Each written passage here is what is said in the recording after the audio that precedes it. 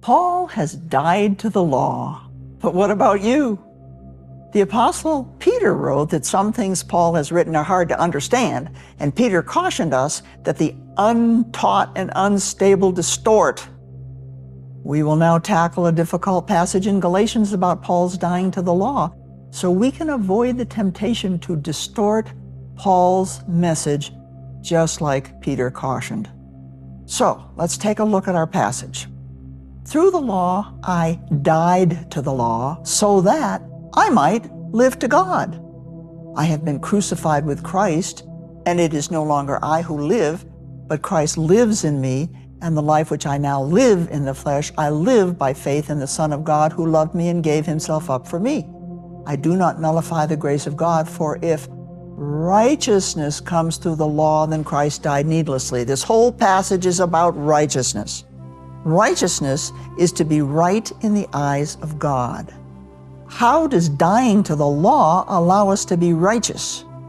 How does living by having Christ live in me allow me to be righteous? A1 is die, A2 is did not die. So they're in parallel relationship. B1 is live, B2 is no death. So they're similar. C3 is die, C2 is live, which is the opposite. D1 is live, D2 is live.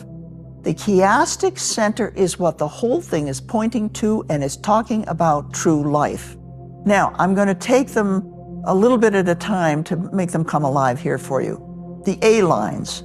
First, I have died to the law, and then A2, if righteousness is by the law, Christ died in vain. He did not die in vain. So righteousness has something to do with Christ. And then we get, so I might live for God, no death. I do not nullify the grace of God. And that means that the law has been written on your heart, and you can activate it by walking by the Spirit. And then you get live and live. I have been crucified with Christ, which means that I live just like he was resurrected out from the dead. The sins were put to death so that I might live. And then down at the bottom, I live by faith in the Son of God. So righteousness is not by the law.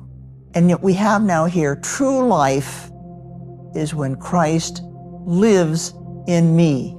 Now you have the gift of the Holy Spirit in you, which is Christ in you, but to make it alive, you have to walk by it, and that's true life. Are you walking by the Spirit in the righteousness of the law? Not memorizing the law, but walking in it? By walking in the power of the Holy Spirit? Christ has died to the law. What about you?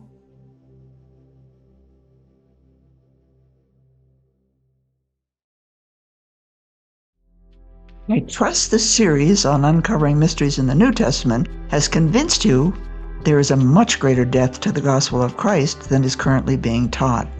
If you want to know more, we have a self-study course called Hebraic Methods of Bible Study on Udemy that you can take at your own pace when you are ready.